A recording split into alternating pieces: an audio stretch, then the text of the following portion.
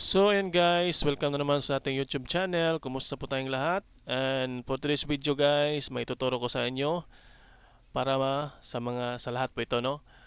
Sa kung paano mag-download at malagyan ng ating PC ng Android TV. So Google TV.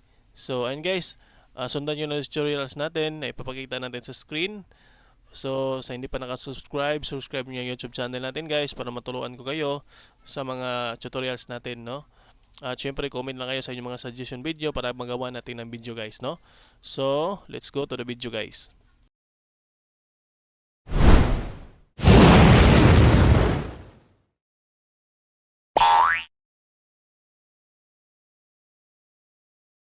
So, andito na tayo sa screen guys. Yung unang gagawin natin is punta tayo sa Google Chrome. Then, search natin guys ang Android Studio. So, Android Studio. Search natin guys, no? So, enter natin. So, may lumabas dyan. Yung una, yung click natin, tong Download Android Studio and App Tools. So, click natin guys. So, antayin natin. So, ito na guys, lumabas na. So, click natin tong download Android Studio. So, click natin yung download. Then, scroll down natin guys. Check natin tong I have a read, no? Check natin. Then, click natin tong download Android. So, ito na guys. So, nanda-download na siya guys. Mahigit 1.5 ata 1.5 gig o 1.5 GB to guys. So kasi na-download ko na to guys, X ko na lang, no. Then punta na tayo guys dito sa pag-install. Pagkatapos yung mag-download, punta na tayo sa download nyo. Then ito na guys, no. Itong Android Studio. So i-run lang natin to guys, no. Click right click, then run as administrator. So, antayin lang natin guys. Then, close na natin to, no? So, antayin lang natin guys. So, ayun na guys, lumabas na. So, ang gagawin lang natin guys, next lang natin. Next. Then, ito yung location guys ng inyong installation. Pwede nyong ano nyo guys, o kung gusto nyong palitan, pwede nyo palitan guys. So, click lang natin yung next. Then, install. So, close na natin to guys. So, antayin lang natin guys.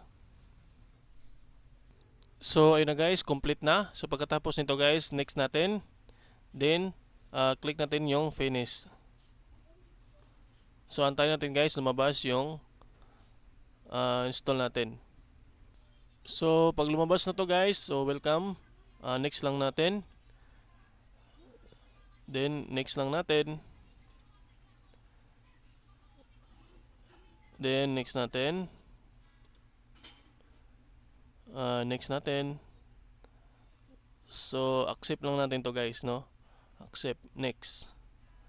Then, antayin natin guys. Matapos. So, ayun guys. Tapos na yung pag-install pag-download ng component. So, click natin yung finish. So, ito na guys. Lumabas na yung welcome natin sa Android Studio. So, antayin natin guys. So, click natin tong more action guys. Then, click natin yung virtual device manager. Then, create virtual device. Click natin. Then, pagkatapos nito guys, click natin to. So, click natin tong start. No, para ma-display na natin. So, click natin yung start.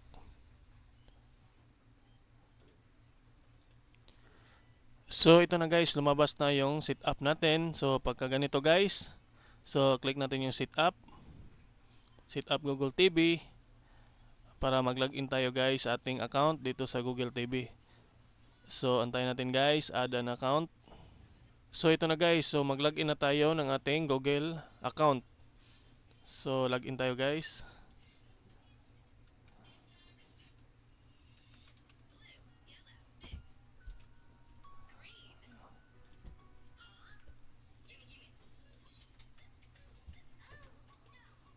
Login natin guys.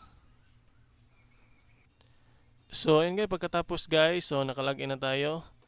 So ayun na guys, pwede na tayong manood ng YouTube, meron na tayong Google TV sa ating PC. So yun lang guys, no? Sana nakatulong tong video na to at sana nasundan nyo. So paki-subscribe naman ng YouTube channel natin at click a like and follow and share nating video guys para marami tayong ma-share nitong video, no? Salamat sa inyong panonood guys. See you to the next video.